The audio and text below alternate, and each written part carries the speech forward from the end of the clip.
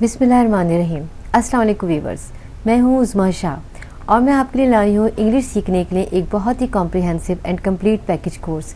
इसमें मैं आपको इंग्लिश ग्रामर का complete course with structures, module, concepts कराऊंगी, मजीद बताऊंगी English basic knowledge, conditional, tag question और भी बहुत कुछ। ये कोर्स इंग्लिश और उर्दू दोनों ज़बानों में अवेलेबल है।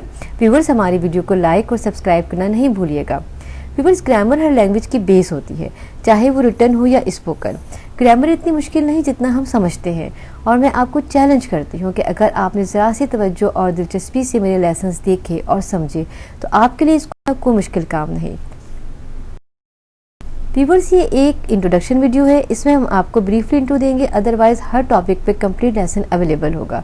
किसी भी क्यूरी या क्वेश्चन के लिए हमारे फेसबुक पेज शाह ग्रामर पर विजिट कीजिए या ईमेल ID uzmashah@gmail.com पर कॉन्टैक्ट कीजिए। इंग्लिश ग्रामर 4 पिलर्स पर मुश्तमिल है: parts of speech, tenses, active and passive voice, direct speech and indirect speech.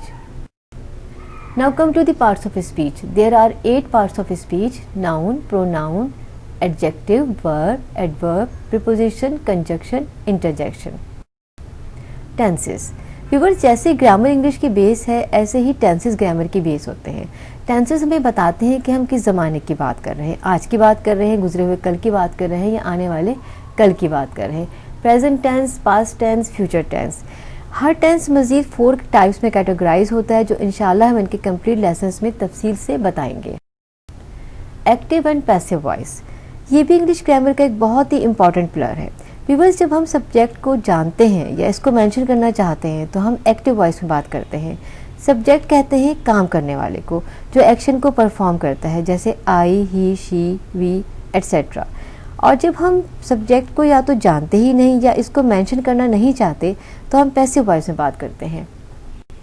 Direct speech and indirect speech. Viewers, जब हम किसी के एग्जैक्ट वर्ड्स को दोहराते हैं या कोट करते हैं विद इन्वर्टेड कॉमास तो इसे डायरेक्ट स्पीच कहते हैं। और जब हम किसी के एग्जैक्ट वर्ड्स को नहीं दोहराते और दैट लगाकर टेंस चेंज कर देते हैं तो इसको इनडायरेक्ट स्पीच कहते हैं। स्ट्रक्चर्स। जब हम different situations, habits, rules and regulations, feelings, possibilities वगैरह को एक्सप्रेस करना चाहते हैं तो हम स्ट्रक्चर्स यूज़ करते हैं, जैसे फील लाइक, दिल का चाहना। I feel like taking tea, मेरा चाय पीने का दिल चाह रहा है। कुड एवर, कभी भी। शी कुड एवर कम, वो कभी भी आ सकती है। There are a lot of structures जो हम बताएंगे कब, कहाँ और कैसे यूज़ करने हैं। मॉड्यूल्स। व्यूअर्स, जब हम किसी को नसीहत या ऑर्डर करते हैं या हम अपनी किसी मजबूरी या सलाहियत के बारे में बताते हैं तो हमें मॉड्यूल्स का सहारा लेना पड़ता है। जैसे हम किसी को नसीहत करेंगे तो कहेंगे you should run fast to win the race, तुम्हें रेस जीतने के लिए तेज़ दौड़ना चाहिए। इसमें शुड मॉड्यूल है और नसीहत को शो करता है। या आई कैन स्पीक इंग्लिश, मैं इंग्लिश बोल सकती हूँ या बोल सकता हूँ। इसमें कैन मॉड्यूल है जो एबिलिटी को शो करता है।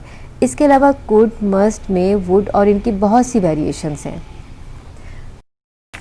व्यूअर्स, सिंपल सेंटेंस तो इंग्लिश में आसानी से बन जाते हैं। जैसे मैं कहूँ कि आई पॉलिश माई शूज़, मैं अपने शूज़ पॉलिश करती हूँ। लेकिन जब हम अपने शूज़ किसी से पॉलिश करवाते हैं तो हमें सेंटेंस बनाने में मुश्किल पेश आती है।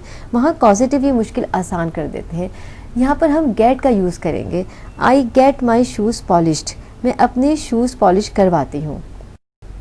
व्यूअर्स, अगर आपको हमारी इंट्रोडक्शन वीडियो पसंद आई है तो इसको लाइक, सब्सक्राइब और शेयर ज़रूर कीजिएगा और बेल आइकन पर क्लिक कर दीजिएगा। शुक्रिया।